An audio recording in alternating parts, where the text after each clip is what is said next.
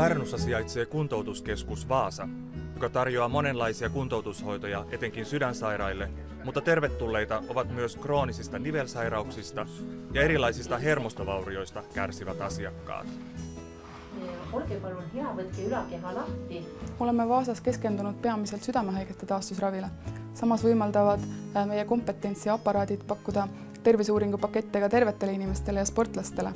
Vaasassa käytetään rasitustesteissä Methalyzer 3B-laitetta vuosimallia 2012.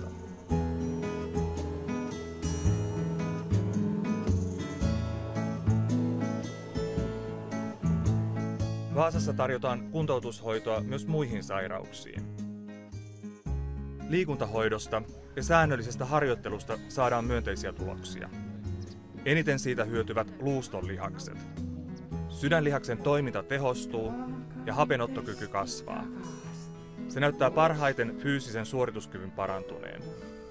HDL eli hyvän kolesterolin pitoisuus veressä kasvaa. Lisäksi tasapaino ja lihasten toiminta, kestävyys ja voima paranevat.